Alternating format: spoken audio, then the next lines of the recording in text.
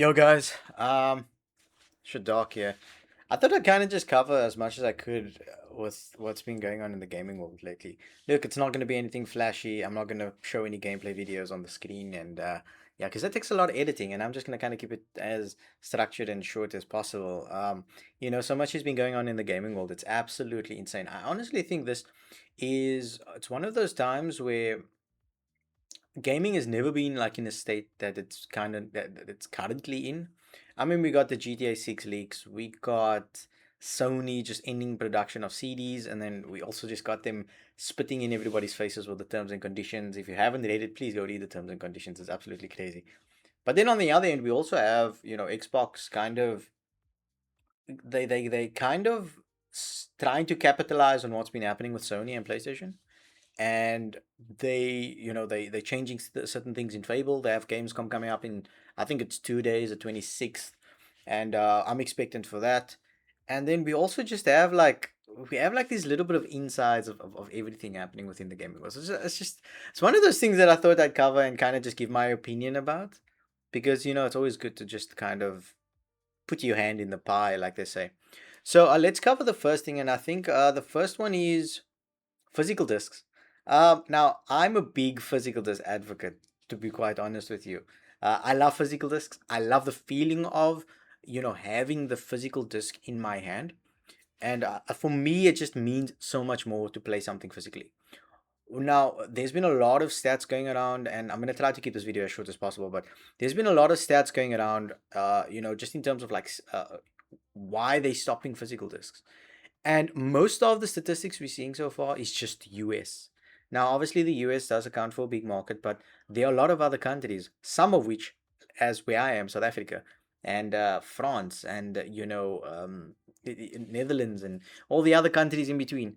The the US is they're not the defining feature when it comes to gaming. You know, so the fact that these stats are only there, and then we've seen other stats that have included other countries, and physical discs have actually been higher in other countries. But I also think it comes down to this is that yes, they're accounting for the fact that digital is higher than physical discs, but they don't mention that there are only certain games available digitally. And so unfortunately, digital sales will be higher. For example, in my country, I couldn't get Expedition 33 physically. It was not available to buy a physical copy of it. So unfortunately, I had to buy a digital version, even though I would have loved the physical version. The same for Hunter Showdown. So there's a lot of games that are only digital, and unfortunately, they count that and they're like, "Oh no, people don't want to buy physical discs." No, we do want physical discs. Physical discs, you still get Blu-ray discs, you still get vinyls. I just think it's a stupid move from PlayStation and Sony. Now, and then you obviously get the alternative side, where people that are supporting digital are be like, "Oh no, why you guys? This is where gaming is going. It's going towards digital." We're not only fighting for physical discs, we're actually fighting for ownership. If digital rights were different, I'm sure people would be okay with that. But it comes down to the fact that you technically don't own any digital game you buy with PlayStation, which is sad. In the licenses, it literally states that you only own a revocable license to play the game, which means at any point in time they can take the game off the market, as they've done with a lot of games, many games. They've done it to Need for Speed, they've done it to Anthem, they've done it to Destiny, they've done it to countless games, countless times. And the fact is that you're paying for something you don't own. So yes, the physical people might seem like we're going crazy, but it's really because I own a physical disc. If I buy the disc, nobody's gonna come on my front porch and take the disc from me. I have a gun. I don't have a gun. Yeah. Anyways, but the point simply is that you own physical discs. You don't own anything digitally, unless, of course, you're playing on a different platform. For example, Steam does things differently. Steam allows you to download the game directly to your system, and even once a game is delisted, you still have it, which is different, and that's why Steam is so good. So I think it really comes down to that. If PlayStation does continue on this route, I think a lot of people will change and move over, myself included. I've already started putting plans in place. Thinking of getting me a Switch, which I probably will get me a Switch too, and also depending on how Xbox plays their cards, I'll probably get me the Xbox in the new generation. But I also think it comes down to trust. Sony's been just been spitting in people's faces, man. The terms and conditions was so iffy. When I read it, I was like, do these people think we kids? They're speaking to us like we are always at liability, and they have, there's nothing wrong with them. They're treating their fan base and the people geez, come on, man. A lot of us have supported PlayStation for years.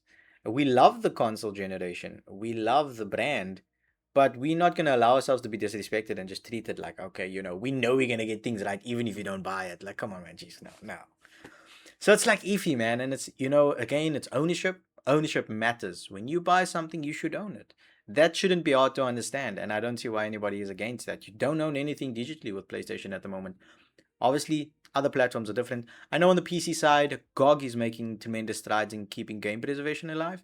They've actually released Prince of Persia, uh, Sands of Time, I think it was. But yeah, that's just on the physical issue. This can go both ways. But, obviously, let me know your thoughts. I'm a big supporter of physical because I'm a big supporter of ownership. And if we own something, I'm all for it. And also, physical just feels nicer, man. Feeling the CD go in, and a lot of the covers, like my PlayStation, Resident Evil cover, it had a hologram on it. You can see that. So these little nitty-gritty things it makes the experience just worthwhile. It just counts more. It makes it feel good, and I think that's the part of it. It's the journey. Not that they have a problem with digital, because obviously there's a lot of indie games, very good indie games that unfortunately are only available digitally. But then also we got these crazy GTA 6 leaks, which I think a lot of people have seen because it's all over, and a lot of people are blaming Rockstar.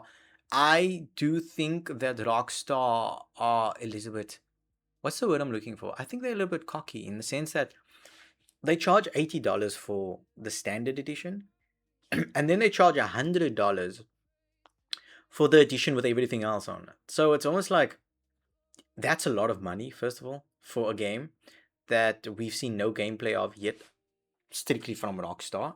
We've seen spoiler gameplay, obviously, but it's almost as if though they I don't know, man. It's such a weird situation with all the leaks and all the everything's going on, and I can't obviously talk too much about it because I feel like Take-Two is gonna blow my house up because they're so sensitive on the information. But I think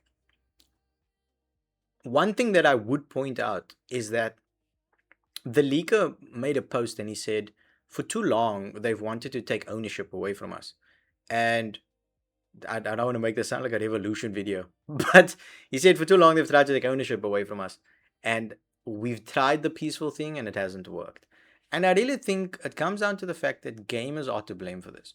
We've settled for so little and for so less that we've allowed these companies to produce absolute nonsense for games. You know what I mean? Games release in terrible conditions. They release needing day one patches. They release buggy and glitchy. They charge you full price for it, and then we still end up buying the game. And not all games need to be perfect, but they do need to be playable. And nobody's asking for any live service junk in the case of Concord or Marathon. Even though there's those artists I respect because they did a good job in terms of the art, but nobody's asking for those things. And so I really think that we as gamers are to blame partly because we've just allowed it. I will say this: I played the new season of Fortnite, Overloaded, it's called, and it's the most buggiest, disgusting season I've ever seen. Now, a lot of people are saying, "Oh no, it's so cool because they've added Sonic and all these things." The game is so buggy. I don't know if you've played the game, played the new season. I only play it because it's co-op and it's couch co-op, and I play it with my partner, so it's nice. But there's parts where the sprites in the game, I don't know if you guys know this, but the sprites in the game have an image. Some of them don't even have images. Some of them just have a text called placeholder text. The game is so glitchy, and it's because people are just complacent and just they okay with the things that these companies are just giving us, man. We used to get quality stuff. Now we're getting absolute nonsense, man. It's crazy. One thing I do also want to kind of acknowledge is Blood of the Dawnwalker, which is actually something that I'm really looking forward to. And then they came out with a post, they weren't going to release games on consoles at 60 FPS, which is a bummer. It is a bummer because, it's modern gen consoles. Most games should have at least some performance option. And then, there was a lot of backlash. The community kind of just went straight out at them. And then recently, which I think was today, they made another tweet or they released another statement to say that they're now including a performance mode. And I think I kind of want to, I don't want to highlight the gamers. I want to highlight the gaming company in this sense, Rebel Studios. I think what they did here was really good. Not that they needed to include a a performance mode. Um, did they need to include a performance mode? No, they didn't. I think the game running at 40 FPS might have still been good. We don't know that. I think we've just been so spoiled with games running at 60 FPS, which is understandable. Is modern generation consoles, understandably. But what they did was they came and turned back their decision, and they're now releasing a performance mode with the day one patch, which I think is so good for the company because it shows that they listen to the community who in at the end of the day will buy their games, and who also we were giving constructive feedback, and then they were saying they were trying out the performance mode, it just wasn't ready, and they explained. But really, I think I want to take my hat off to the company, listening to the community. And then yeah, social media is just, it's so toxic, man. You could voice your opinion about something and someone will jump down your throat about why you have that specific opinion. It's just absolute terrible, and especially the gaming community in some senses. So, alongside all the bad that's been happening, there's also some good. Onimusha is coming out in a few weeks. It's coming out a day after Blood of the Dawnwalker, actually, which I'm super excited about. I'm playing Blood of the Dawnwalker. I'm streaming it. I'm also playing Onimusha. I'm streaming it. I'm also playing Marvel Wolverines. I'm streaming it. That's gonna be fun. I'm looking forward to it. A lot of people are backlash again about Marvel Wolverines because they didn't like the way he looked. Uh I do think they could have made him look a little bit more gritty, to be quite honest. He does look a little bit soft, but I do think the game looks good. I'm excited to try it, and I suppose I'll let the game's gameplay and the experience define whether I like the game or not. I won't judge a game before I've even played it. And yeah, and then also Phantom Blade Zero, which I wasn't sure if there was a physical edition coming out. That's coming out. This is coming out in October. But then I think they made a statement that games are coming out, and it's kind of crazy now that every time a game comes out, people have to explicitly say, "Oh no, there's a physical disc included," which was never the case before because now everybody's so unsure about it. And I will not be getting GTA though. It's not a game I'm going to spend $80 to $100 on unless I'll wait long term and wait for the sale, or I'll wait for something, but I'm not gonna buy it on launch. So yeah, and that's about it. I think I don't think I've missed anything. There's just so much happening, and it's hard to keep track of everything. The Modern Warfare 4 beta is out next week for consoles. The open beta actually is open. I'll probably be testing it out and playing it a little bit and seeing how that goes. I still enjoy Battlefield. It's just a much more grounded, solid experience. And people have been saying, oh, you're a bot because you don't enjoy Modern Warfare sliding. I just don't enjoy it, and I'm sure there's a lot of people that don't as well. So, but there are people that do enjoy it. I don't. Um, I prefer a little bit more tactical gameplay. So yeah, that's about it. I think that covers most of it. I'm gonna try to keep this video in 15 minutes, and this is just my attempt at kind of connecting with the gaming community and people watching. I would love for you guys to engage with me in some way or another. Tell me what your thoughts are on the upcoming roster of gaming. Also Black Myth Zongkui came out as well. Oh man, they look good, eh? The gameplay looked so good. Oh, please check out the trailer for that. That looked so good. Oh my goodness me. Um, but yeah, I'd obviously love to hear everyone's thoughts. Also, I'm small, I'm still growing. My opinion matters very little in the grand scheme of things. This is just a random gamer with a big passion for it, giving his little 2 cents in the plate. So really, take what I say as a pinch of salt. But obviously, you have your own opinion as well.